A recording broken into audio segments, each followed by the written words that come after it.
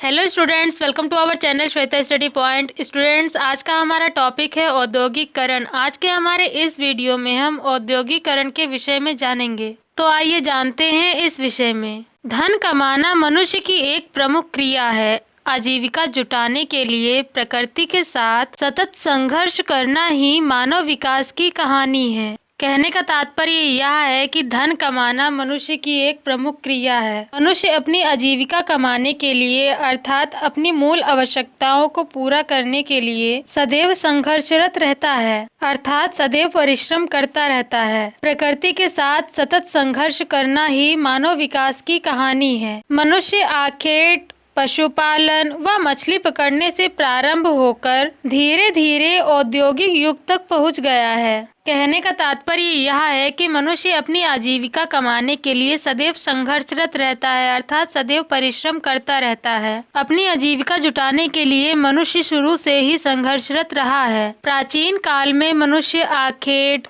पशुपालन व मछली पकड़ने का कार्य करता था। प्राचीन काल में मनुष्य पशुपालन करके, आखेट करके व मछली पकड़ कर ही अपने जीवन की मूल आवश्यकताओं को पूरा करता था। लेकिन धीरे धीरे समय के साथ साथ मनुष्य आखेट, पशुपालन व मछली पकड़ने से लेकर औद्योगिक युग तक पहुंच गया।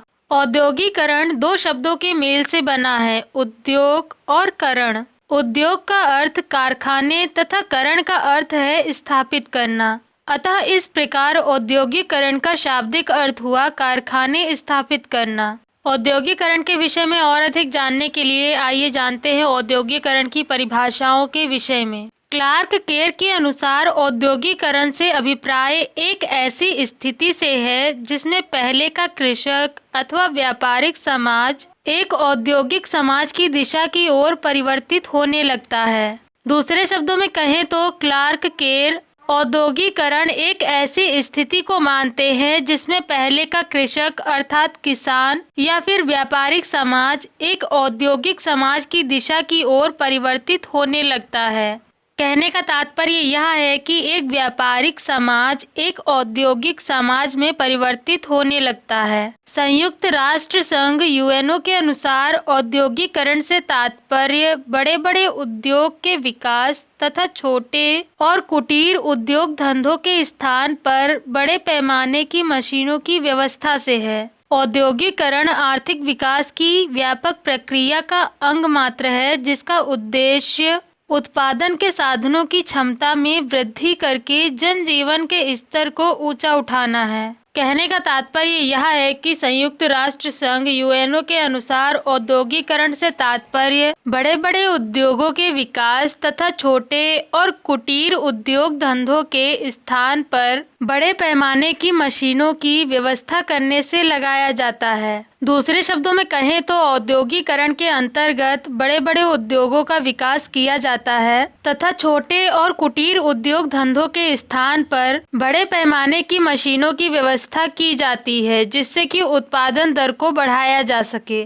इसके अंतर्गत औद्योगिकरण को आर्थिक विकास की एक व्यापक प्रक्रिया का अंग मात्र माना जाता है। औद्योगिकरण को आर्थिक विकास की व्यापक प्रक्रिया का एक ऐसा अंग माना जाता है जिसका उद्देश्य उत्पादन के साधनों की क्षमता में वृद्धि करके जनजीवन के स्तर को ऊंचा उठाना है। सरल शब्दों में कहें तो उत्पादन दर में वृद्धि करना है। अतः इस प्रकार हम यह कह सकते हैं कि औद्योगिकरण उद्योगों के विकास की एक प्रक्रिया है जिसमें बड़े पैमाने पर उद्योग लगाए जाते हैं तथा हाथ से किया जाने वाला उत्पादन मशीनों से किया जाने लगता है। दूसरे शब्दों में कहें तो औद्योगिकरण को उद्योगों के विकास की एक ऐसी प्रक्रिया माना जाता है जिसके अंतर्गत बड़े पैमाने पर उद्योग स्थापित किए जाते हैं तथा इसके साथ ही उद्योगों में हाथ से किया जाने वाला उत्पादन कार्य मशीनों से किया जाने लगता है।